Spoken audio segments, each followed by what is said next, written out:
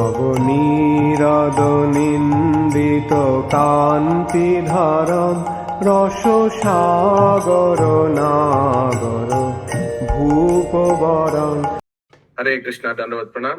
हम लोग श्रीमद् भागवतम के छठे स्कंद पे हैं, 5वां अध्याय चल रहा है। आज हम लोग श्लोक संख्या 36 से कंटिन्यू करेंगे। श्रीमद् भागवतम 6.5.36 ऑनवर्ड्स। सब कृपया मेरे बात दोहराइए। श्री दक्ष उवाच, सब बोलिए।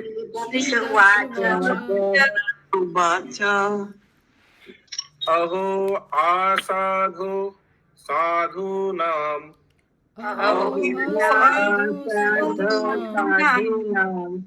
साधुलिंगेन नास्त्वया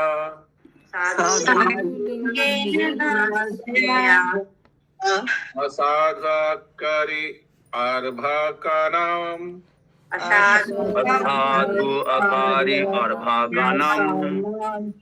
भिक्षुर्मार्ग प्रदर्शिता।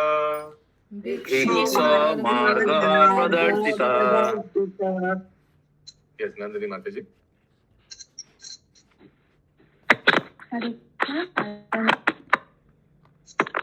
प्रजापति दक्ष ने साउंड ठीक नहीं है, साउंड नेटवर्क। प्रजापति दक्ष ने कहा, हाय नारद मुनि, तुम संत पुरुष का वेश धारण करते हो, किंतु तुम वास्तव में संत हो नहीं। यद्यपि अब मैं गृहस्थ जीवन में हूँ, किंतु मैं संत पुरुष हूँ। तुमने मेरे पुत्रों को कमर दिखाकर मेरे साथ नंदनीय अन्याय किया है। हरि बोल, राधे राधे। एक बार लॉग आउट करके लॉग इन करिए प्लीज।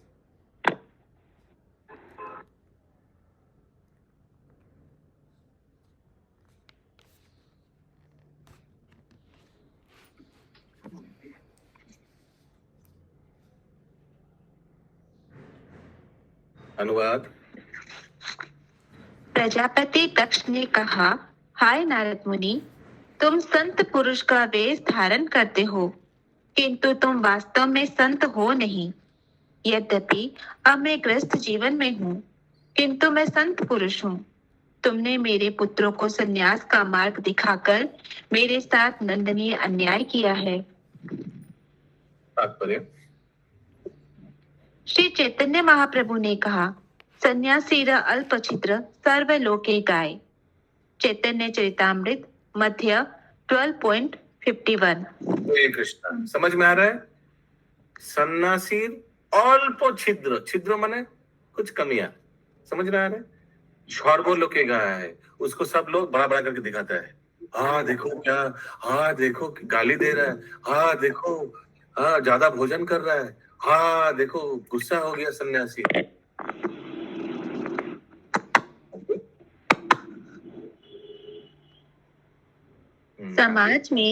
समाज में अनेक सन्यासी, वानप्रस्थ, गृहस्थ तथा ब्रह्मचारी मिलेंगे, किंतु यदि वे सब अपने कर्तव्यों के अनुसार उचित ढंग से रहे तो उन्हें साधु समझा जाता है। प्रजापति दक्ष निश्चय ही साधु थे, क्योंकि उन्होंने ऐसी महान तपस्या की थी कि भगवान विष्णु उनके समक्ष प्रकट हुए थे, तो भी उन्हें टूट डालने की मनोवृत्ति थी। उन्होंने अनुचित तौर पर सोचा कि नारद मुनि असत है, क्योंकि नारद ने नेटवर्क टूट रहा है भारती माता जी इनका। हाँ प्रभु जी, हाँ थोड़ा डिस्टरबेंस हो रहा। फिर आप कंटिन्यू करिए।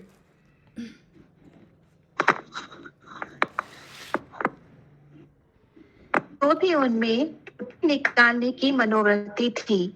उन्होंने अनुचित तौर पर कहा कि नारद मुनि असाधु है, क्योंकि नारद जी उनके इरादों को सॉरी मंजरी माता जी, नेटवर्क कट रहा है।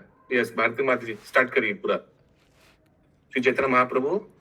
श्री चैतन्य महाप्रभु ने कहा, संसारीय अल्प छिद्र सर्वलोके गाय। श्री संसारे नहीं, सर्वलोके गाय। सन्यासी रे अल्प छिद्र, सन्यासी रे अल्प छिद्र सर्वलोके गाय। श्री चैतन्य चरितामृत मध्य 12.51। समाज में अनेक सन्यासी, वानप्रस्थ, गृहस्थ तथा ब्रह्मचारी मिलेंगे, किंतु यदि वे सब अपने कर्तव्यों के अनुसार उचित ढंग से रहें तो उन्हें साधु समझा जाता है। प्रजापति दक्ष निश्चित ही साधु था, क्योंकि उसने ऐसा महान तपस्या की थी कि पूर्ण पुरुषोत्तम भगवान श्री विष्णु उनके समक्ष प्रकट हुए थे, तो भी उनमें त्रुटि निकालने की मनोवृत्ति थी। उसने अनुचित तौर पर सोचा कि श्री नारद मुनि असाधु हैं, क्योंकि श्री नारद मुनि ने उनके इरादों को ध्वस्त कर दिया था। प्रजापति दक्ष ने अपने पुत्रों को नारायण सार के पास तपस्या करने के लिए इस अभिलाषा से भेजा था कि वह ज्ञान से युक्त पूर्णतः गृहस्थ बन सके, किंतु श्री नारद मुनि ने तपस्या में उनकी अति उच्च स्थिति का लाभ उठाकर उन्हें संन्यास आश्रम में वैष्णव बनने का उपदेश दिया। हरे कृष्णा। तो देखिए, प्रजापति दक्ष ने अपना आश्रम का पालन किया, नारद मुनि ने अपना आश्रम का पालन किया, कर्तव्य, ठीक ना? नारद मुनि आपको लग रहा दोषी है? नहीं, एकदम नहीं यार। यस, बबीता माता जी। हरे कृष्णा प्रभु, कितना नंबर श्लोक चल रहा है? 36। आगे। यही श्री नारद मुनि तथा उनके अनुयायियों का कर्तव्य है। उन्हें चाहिए कि वे सबको इस जगत का परित्याग करने और भागवत धाम लौटाने का मार्ग दिखाएं। तो फिर आप लोग बोल सकते हैं, हम लोग सब बोल सकते हैं कि तो हम लोग तो गृहस्थ आश्रम में, तो हम लोग का तो कर्तव्य है, ये नहीं है, ये है या नहीं है सबको मार्ग दिखाना? नारद मुनि तो ब्रह्मचारी आश्रम में थे, हम लोग का हम लोग का कर्तव्य है कि सबको भगवान के तो हम लोग को गृह में भी बोला जाएगा। जी जी, हम लोग को प्रचार करना चाहिए। आगे। किंतु प्रजापति दक्ष अपने पुत्रों के संबंध में श्री नारद मुनि द्वारा किए गए कर्तव्य को महानता को नहीं देख सके। श्री नारद मुनि के आचार्य को समझने में असमर्थ प्रजापति दक्ष ने श्री नारद मुनि पर असाधु होने का दोषारोपण किया। आगे। इस संदर्भ में भिक्षु मार्ग यथार्थ त्याग का मार्ग शब्द अत्यंत महत्वपूर्ण है। सन्यासी को त्रिदंडी भिक्षु कहा जाता है, क्योंकि उसका कर्तव्य यह है कि वह गृहस्थों के घरों में भिक्षा मांगे और गृहस्थों को आध्यात्मिक उपदेश दे। सन्यासी को द्वार द्वार जाकर भिक्षा मांगने की अनुभूति है, किंतु गृहस्थ ऐसा नहीं कर सकते। अच्छा, तो साधु लोग घर घर जाके भीख मांग सकते हैं, तो ये उचित है? क्यों उचित है?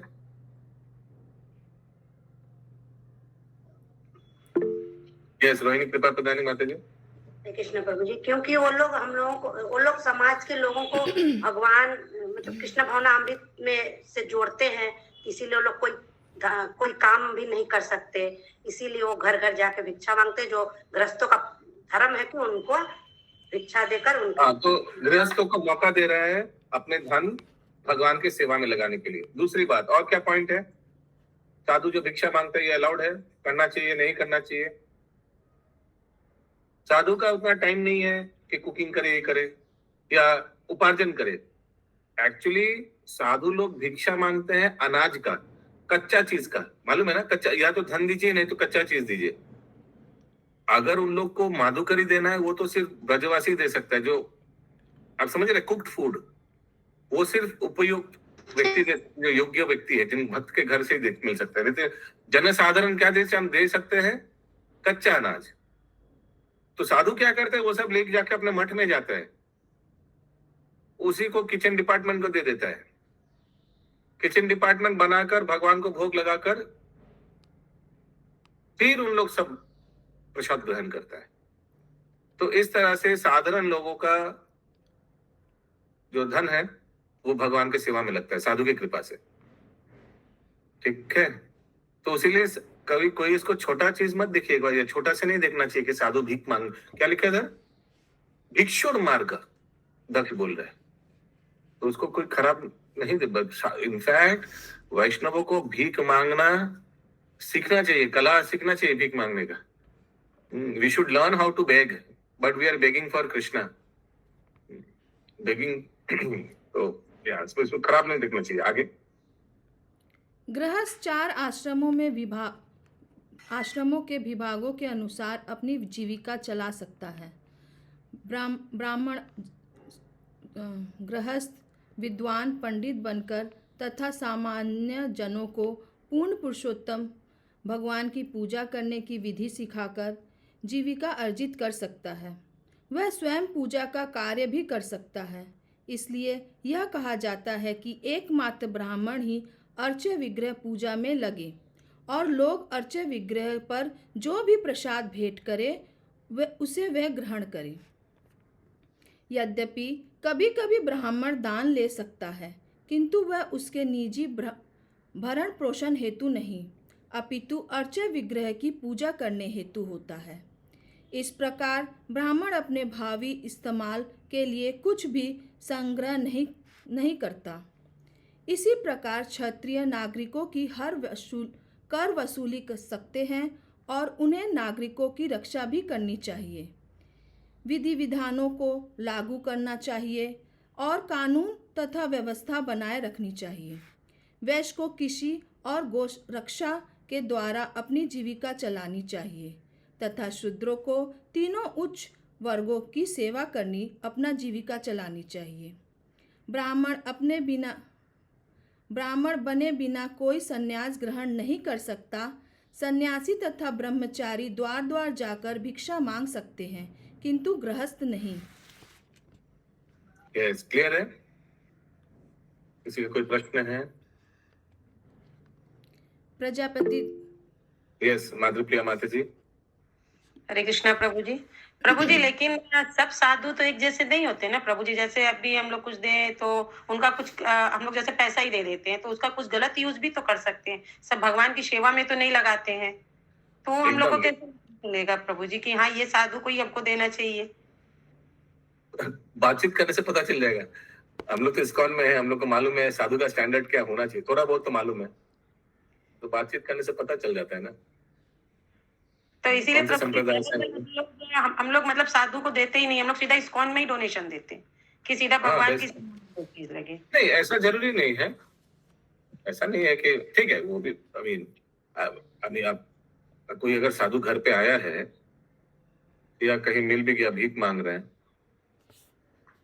तो थोड़ा बहुत तो इंक्वायरी कर ही सकते हैं। वो तिलक देख सकते हैं, तिलक देख के संप्रदाय भगवान कृष्ण के भक्त है यानी वो तो पता ही चल जाता है। जैसे मायावादी साधु का तो उधर ऐसे तिलक होगा। तिलक तो बहुत लोग लगाते हैं प्रभु जी। यहाँ पे देखते हैं कंठी माला भी बहुत लोग पहने हुए प्रभु जी, लेकिन वो लोग देखते हैं कि मछली मांसो भी खा रहे हैं, सब कुछ नॉनवेज भी खा रहे हैं, सब खाते हैं प्रभु जी। तो मालूम ही नहीं चलता है कि ये भक्त हैं कि अभक्त हैं। ये थोड़ा बात कर सकते हैं कौन से मठ से हैं, तो कोई बोल दिया मैं चैतन्य गौरी मठ से हूँ। अच्छा, और कहाँ है आप लोग का मठ? तो बोला फलाना फलाना जगह में है। ओके, आप लोग कौन से संप्रदाय से आते हैं? एक दो बात करके समझ में आ जाएगा। जो अप्रिशिएट करेगा आपका प्रश्न को वो जेन्युइन है, और जो दिखेगा अरे भाई ये क्या अभी वो चेक कर रहा है, रेन चेक कर रहा है, रेन चेक बोलते हैं ना, इतना टाइम है, तो वो पता चल जाएगा। लेकिन आप ये पता क्यों कर रहे हैं? इसलिए पता कर रहे हैं कि आपका धन सही व्यक्ति के पास जाए, तो करना चाहिए। लापरवाही होकर धन नहीं दे देना चाहिए।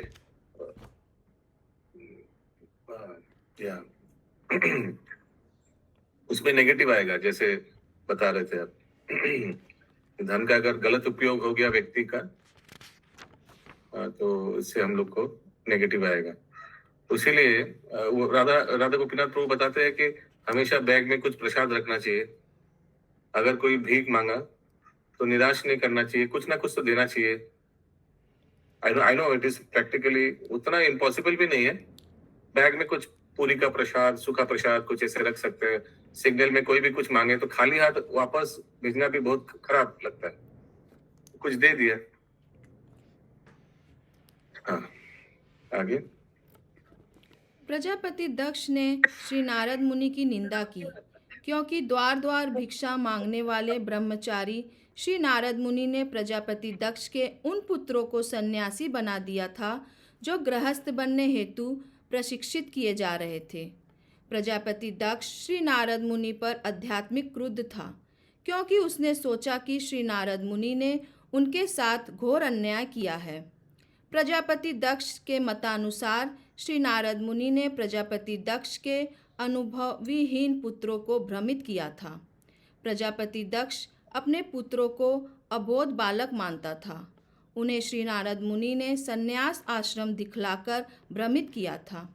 इन सब बातों के कारण प्रजापति दक्ष ने श्री नारद मुनि पर दोषारोपण किया कि वे असाधु थे और उन्हें साधु का वेश धारण नहीं करना चाहिए था। तो एक्चुअली ये जो अबोध बालक को इजी टू, उन लोग को प्रचार करना इजी है। हाँ, एक यूथ फोरम, यूथ कम उम्र के बच्चे लोगों को भक्ति में लाना बहुत आसान है,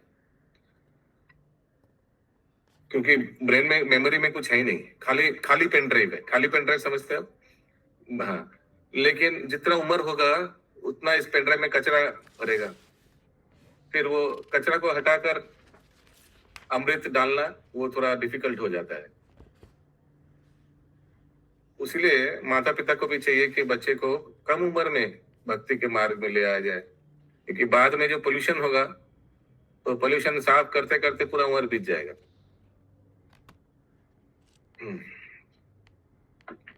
आगे। कभी कभी संत पुरुष को गृहस्थों द्वारा गलत समझ लिया जाता है। विशेषताएं, जब वह गृहस्थों के युवक पुत्रों को कृष्ण भावना अमृत स्वीकार करने का उपदेश देते हैं। सामान्यतः एक गृहस्थ सोचता है कि गृहस्थ जीवन में प्रवेश किए बिना वह संन्यास आश्रम में ठीक से प्रवेश नहीं कर सकता। यदि कोई युवा व्यक्ति श्री नारद मुनि के या उनके गुरु परंपरा के किसी सदस्य के उपदेशों के अनुसार संन्यास आश्रम का मार्ग अपनाता है तो उनके माता पिता आध्यात्मिक क्रुद्ध होते हैं। यही घटना हमारे कृष्ण भावना और अमृत आंदोलन में भी घट रही है, क्योंकि हम एक्चुअली माता पिता का स्वप्न रहता है जब बच्चा जन्म लेता है। एक तो है कि बड़ा होकर हम लोग को रिटायरमेंट के बाद बच्चा देखेगा, खिलाएगा पिलाएगा। ये एकदम रहता है सबके पास, हाँ, सबके साथ रहता है। अगर धन भी है तो देखभाल करने का भी तो लोग चाहिए ना। लेकिन अभी ये संन्यास ले लेगा एक्सेट्रा, तो फिर हमारा क्या होगा? सबने वो पिक्चर देख देता ना कि हमारा बच्चा होगा, बच्चे लोग का बच्चा होगा, और गार्डन में सब खिला खिला हम लोग बैठ के चाय पियेंगे और हंसेंगे देखेंगे। वो सपना हमारा तोड़ दिया ये व्यक्ति ने, ये ज्वाइन कर लिया। और एक डर लगता है कि हमारा वंश आगे बढ़ेगा नहीं, हम लोग फलाना फलाना खानदान से आते हैं, हमारा खानदान बंद हो जाएगा इसके हरकतों से, आगे बढ़ेगा नहीं। हाँ, तो ये सब डर लगता है। और कुछ डर लगता है इन लोगों को, यही मेन है ना, और कुछ? क्योंकि हम पाश्चात्य देशों के सारे युवक बालकों को त्याग मार्ग अपनाने हेतु शिक्षा दे रहे हैं। हम गृहस्थ जीवन की अनुमति देते हैं, किंतु गृहस्थ भी त्याग के मार्ग का पालन करता है। यहाँ तक कि गृहस्थ को भी अनेक बुरी आदतों को छोड़ना पड़ता है, जिससे कृष्ण। तो श्रील प्रभुपाद बता रहा है कि पाश्चात्य बच्चे लोग को पढ़ाई करा रहा है, लेकिन श्रील प्रभुपाद खुद अपने हाथ से इन लोग को विवाह भी दिया, मालूम है ना? श्रील प्रभुपाद ने खुद विवाह अनुष्ठान में बैठ के, सोचिए, विवाह जो कराते वो पंडित, कर्मकांडी पंडित होता है ना, प्रभुपाद खुद बने, खुद विवाह दिया इन लोगों को। लेकिन कभी जबरदस्ती नहीं किया, क्योंकि ऐसा नहीं कि नहीं, अरे विवाह करना माने 50% स्पिरिचुअल सुसाइड, ऐसे कभी नहीं, स्वतंत्र छोड़ दिया। अकॉर्डिंग टू नेचर, जिनको उस आश्रम में प्रवेश करने का टेंडेंसी है तो वहां प्रवेश करो, कोई दिक्कत नहीं है। इनफैक्ट ये गलत बोलना होगा कि गृहस्थ बनने के बाद प्रचार कम हो जाता है या भक्ति में ज्यादा कुछ कर नहीं पाते, क्योंकि अधिकांश श्रील प्रभुपाद के समय अधिकांश मंदिर गृहस्थों ने बनाया। मैक्सिमम ट्रेवल करके प्रचार करके गृहस्थों ने सब निकाला, अलग अलग जगह, अलग अलग सेंटर। या उसीलिए स्वतंत्र दे देता है, अपने आप से, अपनी इच्छा से करो आगे। जिससे उनके माता पिता सोचते हैं कि उनका जीवन एक प्रकार से विनष्ट हो गया है। हम मांसाहार, अवैध मैथुन, जुआ तथा नशा की अनुमति नहीं देते। फलस्वरूप माता पिता आश्चर्य करते हैं कि किस प्रकार जीवन सकारात्मक हो सकता है, जबकि इतने निषेध लगे हुए हैं। विशेषतः पाश्चात्य देशों में यह 4 निषेध कार्य एक प्रकार से आधुनिक जनसमूह की प्राणधार है। इसलिए माता पिता कभी कभी हमारे आंदोलन को नापसंद करते हैं। जिस प्रकार प्रजापति दक्ष को श्री नारद मुनि के कार्य अच्छे नहीं लगे और उनसे श्री नारद मुनि पर बेईमानी का दोषारोपण कर दिया। भले ही माता पिता हम पर रुष्ट हो, किंतु हमें बिना झिझक के अपना कर्तव्य निभाना है, क्योंकि हम श्री नारद मुनि के गुरु शिष्य परंपरा में हैं। ये श्रील प्रभुपाद बता रहे, ये निष्कर्ष है। तो माता पिता थोड़ा गुस्सा होगा, कुछ दिन बातचीत नहीं करेगा एक्सेट्रा, लेकिन परम पिता खुश होगा। आगे, गृहस्थ जीवन में लिप्त रहने वाले लोग आश्चर्य करते हैं कि किस प्रकार कृष्ण भावना अमृत के साधु बनने मात्र से ही कोई गृहस्थ जीवन के भोग को त्याग सकता है, जो कि काम भोग के लिए छूट है। वह यह नहीं जानते कि गृहस्थ को मिली यौन जीवन की छूट तब तक निमित्त नहीं की जा सकती जब तक वह साधु का जीवन ना बिताए।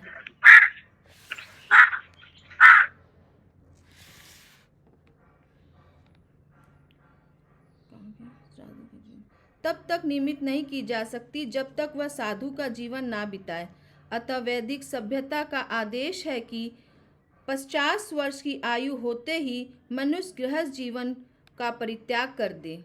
यह अनिवार्य है, किंतु आधुनिक सभ्यता भ्रमित हो चुकी है। अतः अरे तो ये एक्चुअली होता था, प्रैक्टिकली ये होता था वैदिक एज में, ज्यादा नहीं, 100 साल पहले भी ये होता था, 100 साल पहले भी होता था। 50 years मीन्स फोर्सिबली वानप्रस्थ, कंपल्सरी। अगर वाइफ जाना चाहते तो ठीक है, नहीं जाना चाहते तो हस्बैंड तो निकल जाता था अपने गुरु के आश्रम में। अतः गृहस्थ लोग मृत्यु तक पारिवारिक जीवन में लगे रहना चाहते हैं। तो लेकिन ये कलयुग में घर छोड़ के कहीं जाना नहीं है, यानी 50 साल के बाद पूरा लग जाना चाहिए भक्ति में, पूरा। इस प्रसंग में जस्ट अनऑफिशियली बता रहा हूँ, किसी को बताइएगा मत। हिज ग्रेस मोहन गोविंद प्रभु हमारे शिक्षा गुरु, पक्का 50 साल में उनका रिटायरमेंट हो गया।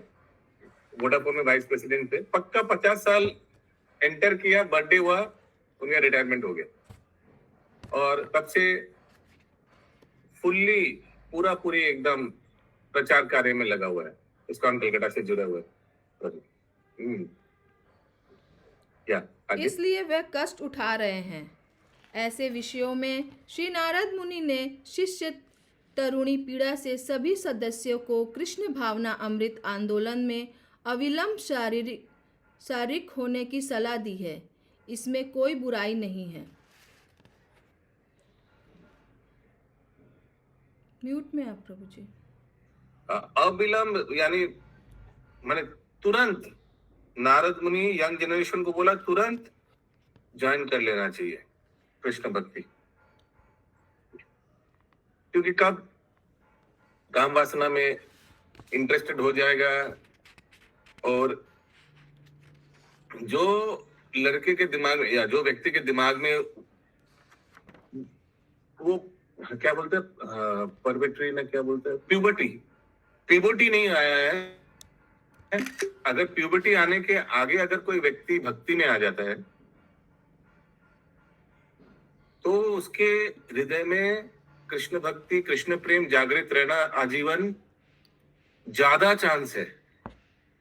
श्रील प्रभुपाद लिखते हैं। बट अगर ये कभी क्रॉस हो गया, प्यूबर्टी क्रॉस हो गया, और फिर कोई अगर भक्ति में आ गया तो फिर ग्रेजुअल प्रोग्रेस होता है। उसीलिए प्रहलाद महाराज बोलते हैं 5 साल की उम्र से ही भक्ति में लग जाना चाहिए।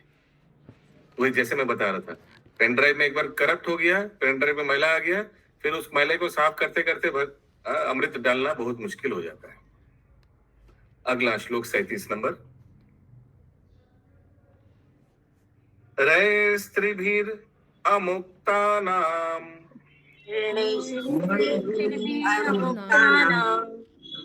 अमीमांसित कर्मणाम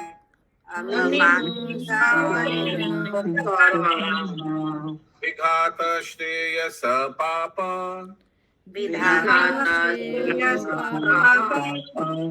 लोकयोर उभयो कृता।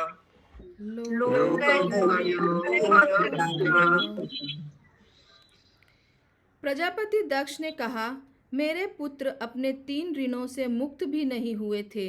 वास्तव में उन्होंने ठीक से अपने कर्तव्य पर विचार भी नहीं किया था। हे नारद मुनि, हे साक्षात पाप कर्म, तुमने इस जगत में तथा परलोक में उनके सौभाग्य की प्रगति में बाधा डाली है। और दूसरी बात तो यह है कि अभी भी वह संत पुरुष, देवताओं तथा अपने पिता के ऋणी हैं। देखिए, गतो मुकुंदम परिवृत्त कर्तम, जो भगवान मुकुंद के चरण ग्रहण किया है, ये सब ऋण से मुक्त हो जाता है। दक्ष को जानना चाहिए था। तात्पर्य, जो ही ब्राह्मण जन्मता है उस पर 3 ऋण चढ़ जाते हैं, ऋषि ऋण, देव ऋण तथा पितृ ऋण। संत पुरुषों के ऋण से उऋण होने हेतु ब्राह्मण के पुत्र को ब्रह्मचर्य पालन करना आवश्यक है। देव ऋण से उऋण होने के लिए कर्म कांड करना तथा पितृ ऋण से उऋण होने के लिए उसे संतान उत्पन्न करना आवश्यक है। हरे कृष्ण। तो 3 प्रकार का ऋण और 3 प्रकार का कार्य से ऋण मुक्त होता है। पहला क्या ऋण है? संत ऋषि ऋण। ऋषि ऋण। तो ऋषियों के पास हम लोग ऋणी क्यों होते हैं? कौन बता पाएगा? कौन बता पाएगा? ऋषियों के पास हम लोग देवर्षि, बोलिए। हरे कृष्ण प्रभु जी। ऋषिगण हमें वेदों का ज्ञान देते हैं। ये आपका नाम क्या? कब से आपने एफिडेविट करवाया? प्रभु जी, बनर्जी कब से हो गया आप? अच्छा, बोलिए। हाँ, ऋषिगण हमें वेदों और शास्त्रों का ज्ञान देते हैं। उन्हीं लोग से वेद आए हैं। ओके। और ऋषि से गोत्र भी आता है, हम लोग उस गोत्र में तो उसीलिए ऋषियों के ऋणी हैं हम लोग। ओके, ऋषियों के ऋण से हम लोग कैसे मुक्त हो सकते हैं? ये लिखा है क्या? The sun of a Brahmin must undergo celibacy, brahmacharya to clear. तो ब्रह्मचार्य पालन करके हम लोग ऋषियों के ऋण से मुक्त होते हैं। ठीक है, दिया हुआ है ना? ओके, 1 नंबर हो गया। 2 नंबर देव ऋण। देव ऋण से मुक्त कैसे हो सकते हैं? कर्म कांड करके। तो देवताओं का ऋण उदाहरण दीजिए इंद्रावती माता जी।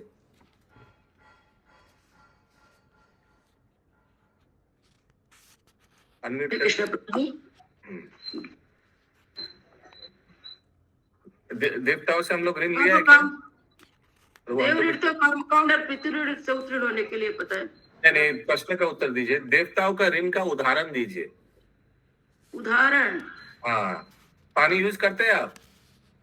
पानी है, ऑक्सीजन, अग्नि है प्रभु जी। यस। तो ये ऑक्सीजन, हवा, पानी, आग, कुकिंग के लिए, अन्न भी। अन्न भी, यस, अनाज भी, ये सब हम लोग जो यूज करते हैं, इससे देवताओं के पास हम लोग ऋणी हो जाते हैं। और देवताओं के ऋण कैसे हम लोग चुका सकते हैं? क्या लिखा है? कर्म कांड करके। कैसे? उदाहरण यज्ञ करके, यज्ञ करके। हाँ, तो आप लोग में से कौन कौन यज्ञ करते हैं? सब तो ऋणी है, कोई यज्ञ नहीं करते। हम लोग हरिनाम यज्ञ करते हैं। यस, संकीर्तन यज्ञ। हम लोग हरिनाम यज्ञ करते हैं प्रभु जी। या। और तीसरा पितृ ऋण, पितरों का भी हम लोग ऋणी है। क्यों? क्यों? उन लोग की वजह से हम लोग को शरीर मिला है। हमारे जो पूर्वज है, हाँ, उनकी कृपा से हम लोग को शरीर मिला है ना। उन लोग ने संतान उत्पादन के एक्सेट्रा। तो पितरों का ऋण कैसे शोध होता है? पुत्र उत्पन्न करके। क्यों? कोई बता पाएगा? पुत्र ही तो उनको फिर पिंडदान देते हैं ना, उनका उद्धार करते हैं। हर एक साल हमारा पुत्र होगा तो पिंडदान करेगा, तो पूर्वजों को विष्णु प्रसाद मिलेगा। ठीक है, पुत्र ये या तीन पुत्री बोथ दोनों। पुत्री पिंडदान करता तो नहीं है। हाँ, पुत्री भी तो जाती है दूसरे घर में। दूसरे घर में जाता तो क्या होता है? तो पिंडदान हो जाता है। संतान में संतान लड़की बढ़ाती का है। दोनों आता है। सिर्फ पुत्र नहीं होता, पुत्री भी होती है संतान में। Yes yes yes yes. शास्त्र में तो हमने सुना नहीं कभी। क्या कन्या लोग भी पिंडदान करता है क्या? हमने सुना नहीं कभी। एनीवेज, उस प्रसंग में नहीं जाएंगे अभी। फिर अभी चोलबेना शुरू हो जाएगा। ओके, हरे आगे। कृष्ण प्रभु जी। हाँ, बोलिए रोहिणी, कृपा प्रदानी। यहाँ लिखा है कि जो ही ब्राह्मण जन्मता है, सिर्फ ब्राह्मण के ऊपर ही 3 ऋण माने जाते हैं प्रभु जी। जैसे लिखा है, जो ही ब्राह्मण जन्मता हाँ, है। ब्राह्मण माने जो धार्मिक व्यक्ति। अभी जो ब्राह्मण यानी ब्राह्मणिकल गुण नहीं, उनके बारे में क्या कहना? यस, केशवी जगत प्रिय माता जी। हरे कृष्णा प्रभु जी। प्रभु जी, इसमें जो पहला पॉइंट है, संत पुरुषों के इसी से मतलब जो ब्रह्मचर्य पालन करना आवश्यक है, तब उसका ऋण भी हम लोग चुका पाएंगे। हाँ। तो ब्रह्मचर्य तो अधिकतर तो नहीं पालन होता है, जैसे कि गृहस्थ में, तो फिर तो हम लोग ऋणी हैं। The son of a brahmana must undergo celibacy to clear his debt। हो सकता है पहले कुछ साल, क्योंकि ब्रह्मचर्य पालन हो सकता है, आई डोंट नो, इसमें डिटेल नहीं दिया है प्रभुपाद जी ने। तो हम लोग को मालूम है कुछ साल पहले 18 साल ब्रह्मचर्य पालन एक्सेट्रा, फिर गृहस्थ में प्रवेश हो सकता है, उसी के बारे में बता रहे। Could be. या, ओके, आगे पार्वती माता जी। प्रजापति दक्ष ने तर्क किया है कि यद्यपि मुक्ति के लिए संन्यास आश्रम की संस्तुति की जाती है, किंतु जब तक हम देवताओं, संतों तथा अपने पिता के प्रति कर्तव्य को पूरा नहीं कर लेते, तब तक वह मुक्ति नहीं पा सकते। ये प्रजापति दक्ष का वर्जन है। हाँ, ये शास्त्र का वर्जन नहीं है। क्योंकि शास्त्र का वर्जन क्या बोलते हैं? एक बार भक्ति में आ गया, कोई भी उम्र में तुरंत सब ऋण गया, गायब। आगे। चूंकि प्रजापति दक्ष के पुत्र इन 3 ऋणों से मुक्त नहीं हो पाए थे, तथा श्री नारद मुनि उन्हें संन्यास जीवन की ओर कैसे ले गए, स्पष्ट है कि प्रजापति दक्ष को शास्त्रों का अंतिम निर्णय ज्ञात न था, जैसा कि श्रीमद् भागवतम 11.5.41 में कहा गया है। हर एक जीव को ये श्लोक जानना चाहिए, हर एक जीव को। प्रभु जी, बोलिए। श्लोक आप पढ़ दीजिए ना प्लीज। क्यों? आप प्रयास करिए। टा टा टा टा टा टा टा टा टा टा। नहीं हो पाता। प्रयास कीजिए। देव ऋषि भूता। नहीं हो पाता प्रभु जी, प्लीज। देव, सब मेरे बात दोहराइए, अनम्यूट करिए सब। देव ऋषि भूता तन्विनाम पितृनाम। देव ऋषि ना किं करो नायम ऋणी च राजन।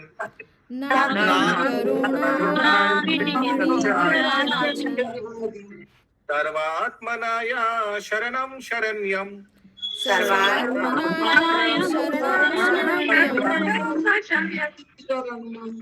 गतो मुकुंदम परिहृत्य कार्तम।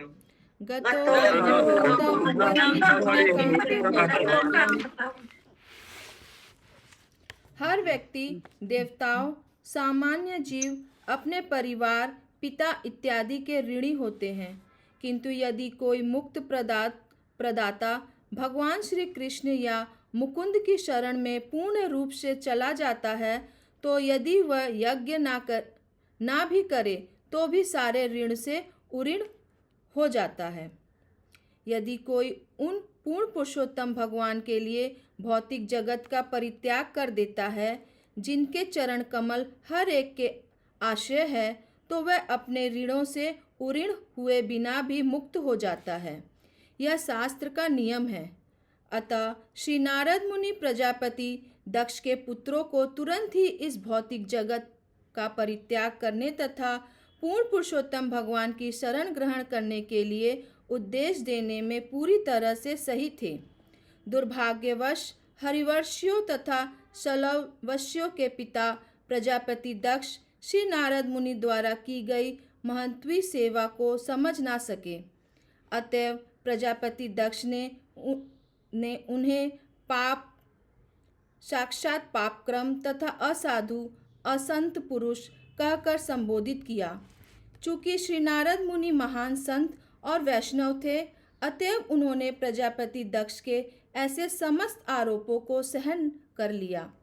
उन्होंने तो श्री प्रजापति दक्ष के सारे पुत्रों का उद्धार करके उन्हें भगवत धाम वापस जाने में समर्थ बनाकर वैष्णव के रूप में केवल अपना कर्तव्य पूरा किया था। He merely performed his duty as a Vaishnava by delivering all the sons of Prajapati Daksh, enabling them to return home back to Godhead. इसीलिए हम लोग को भी कभी मौका मिलेगा ऐसा, तो हम लोग को भी ऐसे ही नारद मुनि जैसा प्रचार करना चाहिए। डरना नहीं चाहिए। अरे ये तो स्कूल स्टूडेंट है, इनको अगर हम मंदिर भेजेंगे, IYF ज्वाइन कराएंगे, बाद में ब्रह्मचारी हो गया तो फिर तो इनका माता पिता मुझे दक्ष जैसा श्राप देंगे।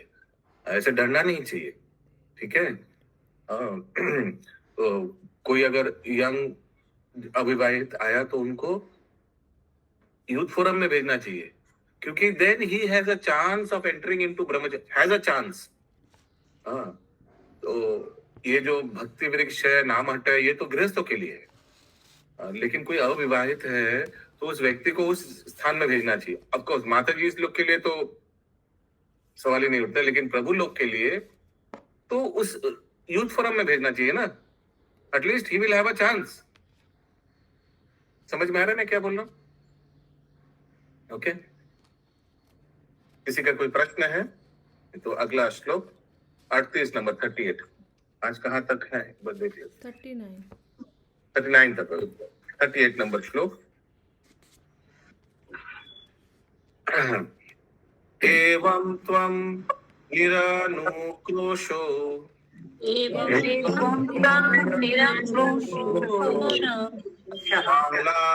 बालानामतिभिद्धरे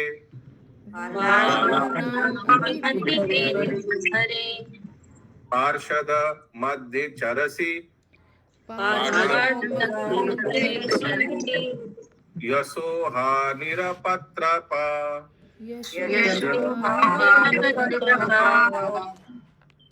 प्रजापति दक्ष ने आगे कहा, जिस प्रकार अन्य जीवों के प्रति हिंसा करके भी आपने आपको भगवान श्री विष्णु का पार्षद कहते हुए तुम पूर्ण पुरुषोत्तम भगवान को बदनाम कर रहे हो, तुम्हें व्यर्थ ही अबोध बालकों में संन्यास की प्रवृत्ति उत्पन्न की, इसलिए तुम निर्लज और निर्दयी हो। तुम श्री भगवान के निजी संगियों के साथ किस प्रकार विचरण कर सकते हो? How could you travel with the personal associates of the Supreme Lord? वो योग्य है उसी तो ट्रैवल करते, उसीलिए आप नहीं करते। तात्पर्य, प्रजापति दक्ष की यह मनोवृत्ति आज भी बनी हुई है। जब युवागण कृष्ण भावना अमृत आंदोलन में शरीक होते हैं तो उनके पिता अथवा तथाकथित अभिभावक कृष्ण भावना अमृत आंदोलन के संस्थापक पर आध्यात्मिक क्रुद्ध होते हैं, क्योंकि वे सोचते हैं कि उनके पुत्र को व्यर्थ ही प्रेरित करके उन्हें खाने पीने तथा मौज उड़ाने के भौतिक भोगों से वंचित कर दिया गया है। एक बार तो ये सत्य घटना है इस्कॉन कलकत्ता में।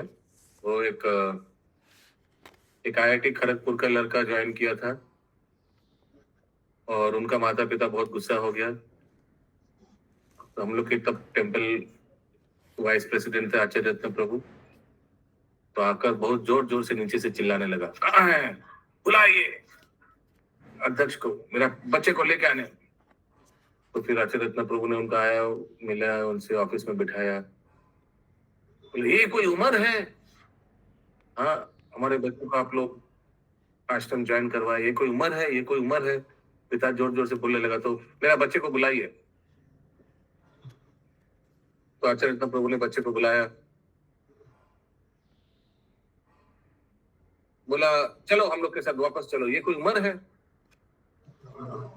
बोला ठीक है, आप बच्चे को ले जा सकते हैं, आप रह जाइए, आपका तो उम्र हो गया। तो फिर तो चिंता में पड़ गया, तो बाद में बोला नहीं नहीं नहीं, बच्चे को रख लीजिए।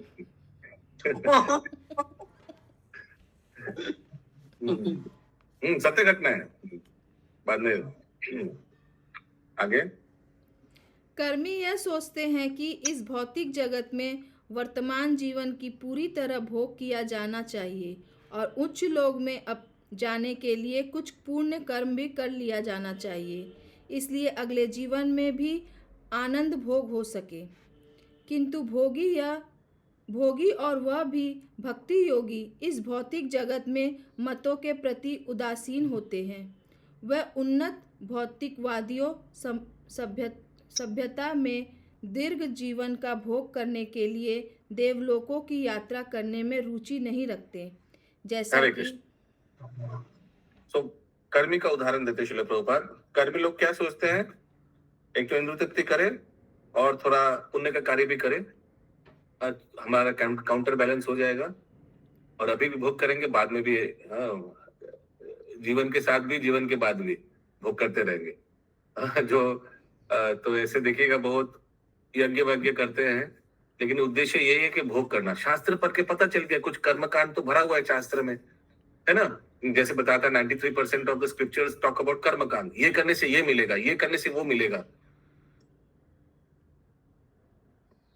आगे जैसा कि श्रील प्रबोधानंद सरस्वती ने कहा है, केवलम नारकयते त्रिदाशपुर आकाश पुष्पयते।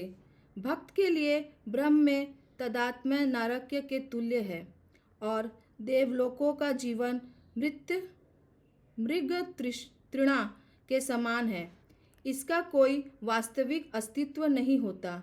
शुद्ध तो भक्त कभी भगवान में विलीन होना, अब सत्य बात बताए आप लोग में से कौन कौन भक्ति योग में प्रयास करे, साधक है भगवान में विलीन होने के लिए? कोई है इधर? अशोक प्रभु या कोई भगवान में विलीन होना चाहते हैं, उसी क्लास कर रहे हैं? कोई है इधर? नहीं। लेकिन शास्त्र में ऐसे बहुत है, ये सोच करके भगवान में विलीन, ब्रह्म विलीन। दो प्रकार का विलीन होता है, एक ब्रह्म सायुज्य, एक ईश्वर सायुज्य। दो प्रकार के सायुज्य मुक्ति होता है।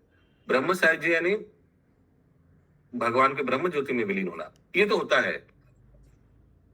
और दूसरा क्या है? ईश्वर सायुज्य, यानी जो मूर्ख सोचता है कि हम भगवान में विलीन हो जाएंगे, जैसे शिशुपाल हुआ था, ये बोगस है, ये होता ही नहीं है। फिर भी टर्म दिया हुआ है समझाने के लिए कि ये नहीं होता है। ईश्वर सायुज्य, भगवान में विलीन हो जाएंगे, हम भी भगवान बन जाएंगे, मिनी भगवान। तो भक्त लोग कभी ये सब का डिजायर नहीं करते। आगे शुद्ध भक्त योग सिद्धि, उच्च लोकों की यात्रा या ब्रह्म में एकाकार होने में रुचि नहीं रखता। वह तो एकमात्र श्री भगवान की सेवा करने में रुचि रखता है। चूंकि प्रजापति दक्ष कर्मी था, यथा वह श्री नारद मुनि की उस महिता सेवा की सराहना नहीं कर सकता, तो उन्होंने उसके 11,000 पुत्रों के प्रति की थी। उल्टे उसने श्री नारद मुनि की पर पापी होने का दोषारोपण किया और यह आरोप लगाया कि चूंकि श्री नारद मुनि पूर्ण पुरुषोत्तम भगवान के साथ रहते हैं, इसलिए श्री भगवान भी बदनाम हो जाएंगे। इस प्रकार प्रजापति दक्ष ने निंदा की कि श्री नारद मुनि श्री भगवान के प्रति अपराधी हैं, यद्यपि वह श्री भगवान के पार्षद के रूप में जाने जाते हैं। कितना सुंदर अनुवाद में लिखा है लास्ट सेंटेंस में, how could you travel with the personal associate of the supreme Lord. छी छी छी छी, तुम कैसे इन लोग के साथ चल सकते हो? मत चलो कल से, ऐसे कुछ। यस, वानिता माता जी।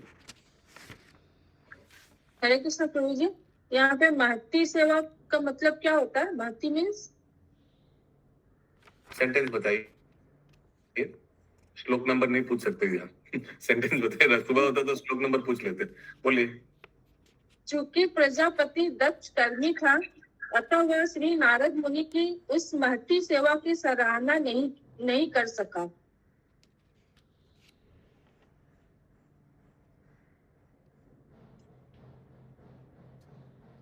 महान सेवा होगा महती मतलब। Since Prajapati Daksh was a karmi, he could not appreciate the great service. Appreciate. Prasangsha. Great service. The great service. Narad मुनि जी जो सेवा किया उसको अप्रिशिएट नहीं कर पाया। हिंदी में क्या लिखा है? महती क्या? महती। महती। अप्रिशिएट। महान। ठीक है, तिरस्कार के उल्टा। आज का अंतिम श्लोक 39 नंबर। प्रभु जी टाइम हो गया होगा, बड़ा हो जाएगा। नानो भागवता नित्यम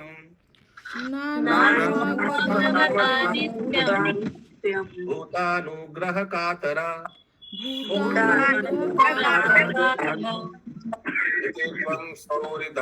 गृणन् वै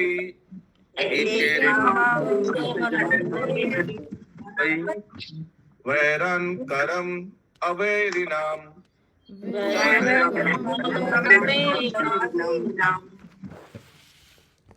तुम्हें छोड़कर अन्य सारे भगवत भक्त बद्ध जीव के प्रति अत्यंत दयालु हैं और दूसरों के लाभ पहुंचाने के इच्छुक रहते हैं। यद्यपि तुम भक्त का वेश धारण करते हो, किंतु तुम इन लोगों के साथ शत्रुता उत्पन्न करते हो जो तुम्हारे शत्रु नहीं है, या तुम मित्रों के बीच मैत्री तोड़ते हो और शत्रुता उत्पन्न करते हो।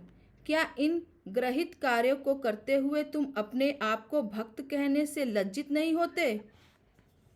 अरे कृष्ण, तो नारद मुनि कितना शांत से चुपचाप सुन रहे हैं सब।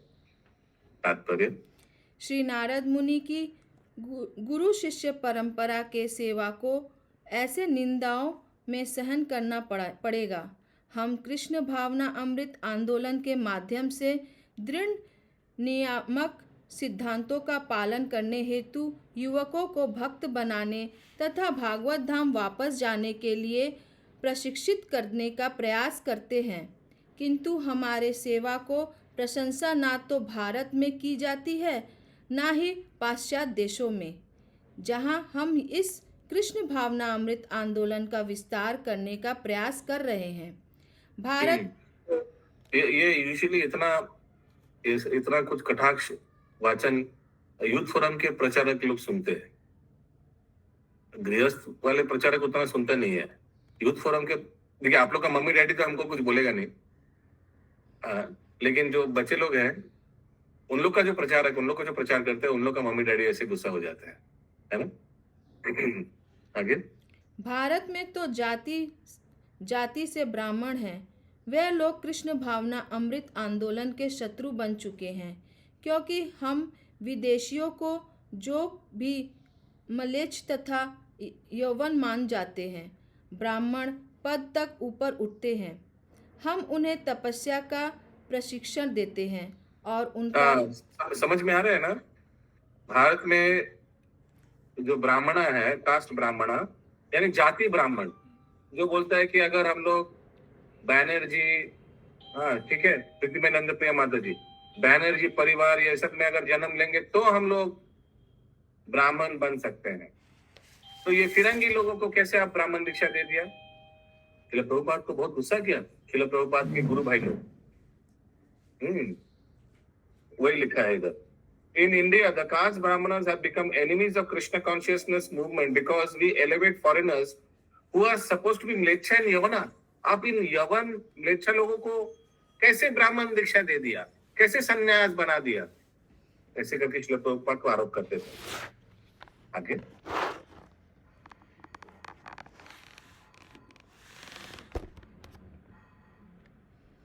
हम उन्हें तपस्या का परीक्षण देते हैं और उनका योगपद्धति संस्कार करके उन्हें ब्राह्मण के रूप में मान्यता प्रदान करते हैं।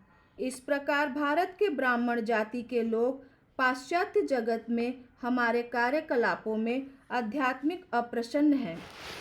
हाँ, तो महाप्रभु भी इस प्रसंग में बहुत एक महाप्रभु का प्रसिद्ध श्लोक आता है। ऐसे कुछ है श्लोक, केबा नासी कीबा ब्राह्मण कीबा शूद्र भाई जय कृष्ण तत्व वेत्ता से गुरु है। तो कीबा नासी कीबा सन्यासी कोई भी बन सकता है। जो भी कृष्ण तत्व वेत्ता है, जिनको भी कृष्ण तत्व मालूम है, वो गुरु होने का योग्य है, चाहे वो फॉरेनर हो, कोई भी हो। आगे पश्चिम में भी जो युवक इस आंदोलन में शामिल होते हैं, उनके माता पिता भी हमारे शत्रु बन जाते हैं। शत्रु बनाना हमारा कार्य नहीं है, किंतु यह विधि ही ऐसी है कि अभक्तगण हमारे प्रति सदैव शत्रु भाव रखेंगे। फिर भी जैसा कि शास्त्रों में कहा गया है, भक्त को सहिष्णु और दयालु होना चाहिए, दोनों ही होना चाहिए। प्रचार कार्य में रत भक्तगणों को अज्ञानी जनों द्वारा आरोपित होने के लिए तैयार रखना चाहिए। हरे कृष्ण। तो देखिए, बहुत इंपॉर्टेंट है, दोनों ही होना चाहिए। क्या दोनों? सहिष्णु और कृपालु। ज्यादा सहिष्णु हो गए तो बोलेगा कृपा नहीं करेंगे, टॉयलेट कर चुपचाप शांत रहो, वो भी नहीं होना चाहिए। कृपा भी करना चाहिए और बात सुनने पर सहिष्णुता भी होना चाहिए, चुपचाप भी रहना चाहिए। जब आप कृपा कीजिएगा, प्रचार कीजिएगा, तो बहुत ऐसे पत्थर आएगा, तो शांत भी रहना चाहिए, उसको टॉलरेट भी करना चाहिए। आगे, यदि श्री नारद मुनि की गुरु शिष्य परंपरा का कोई व्यक्ति अपना कर्तव्य पालन करता है तो उसकी सेवा अवश्य मान्य होगी, जैसा कि श्रीमद् भागवत गीता 18.69 में भगवान श्री कृष्ण कहते हैं।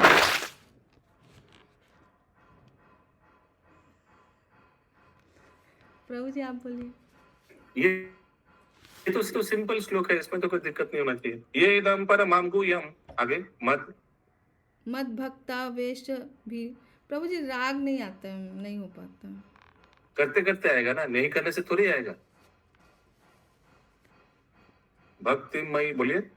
भक्तिमयी नहीं बोल पाएंगे। अरे पढ़िए, भक्तिमयी परम कृत्वा बोलिए। भक्तिमयी परम कृत्वा मामे वैष्णो तय संशया नाचा तस्मय मनु वसु। नहीं हो रहा। हो रहा तो कश्चिन में प्रिय बोलिए। कश्चिन में प्रिय कृत्यमं भवता नाच में तस्मय प्रिय तरो भुवि। Very good. अनुवाद। जो व्यक्ति भक्तों को यह परम रहस्य बताता है, वह शुद्ध भक्ति को प्राप्त करता है और अंत में वह मेरे पास वापस आता है। इस संसार में उसकी अपेक्षा कोई अन्य सेवक ना तो मुझे अधिक प्रिय है और ना कभी होगा। हमें भगवान श्री कृष्ण के आदेशों का प्रचार करते रहना चाहिए और शत्रु को डरना नहीं चाहिए। हमारा एकमात्र कर्तव्य अपने इस प्रचार द्वारा श्री भगवान को तुष्ट करना है, जो कृष्ण चैतन्य महाप्रभु तथा भगवान श्री कृष्ण द्वारा सेवा के रूप में स्वीकार किया जाता है। आगे। इस श्लोक में शुद्ध धन्य मैत्री तोड़ना वाला शब्द का प्रयोग हुआ। गृणम क्या लिखा है हिंदी में? शूद्रनम।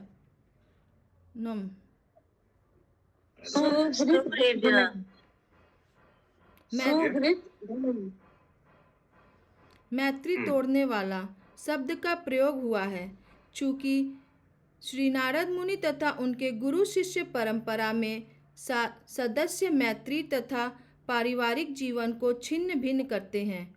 अतएव कभी कभी उन्हें शूद्रहीनम अर्थात शौद्रीनम घृणम अर्थात संबंधियों के बीच शत्रुता उत्पन्न करने वाले कहे जाते हैं। समझ में आ रहा है ना?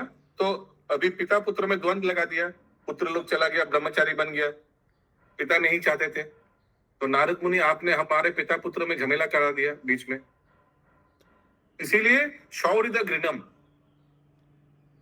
आगे वस्तुतः ऐसे भक्त हर जीव के मित्र होते हैं, किंतु ब्रह्मवश उन्हें शत्रु समझा जाता है।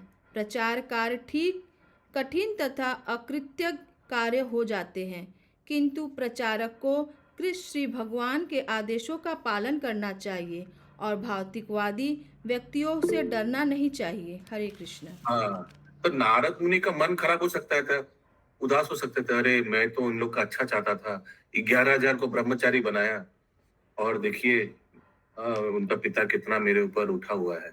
नारद मुनि का मन खराब किया।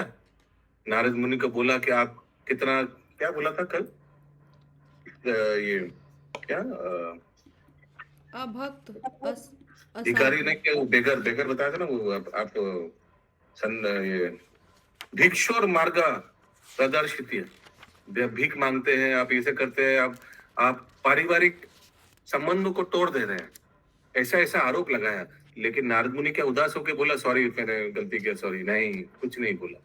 यस, अद्भुत चरण प्रभु।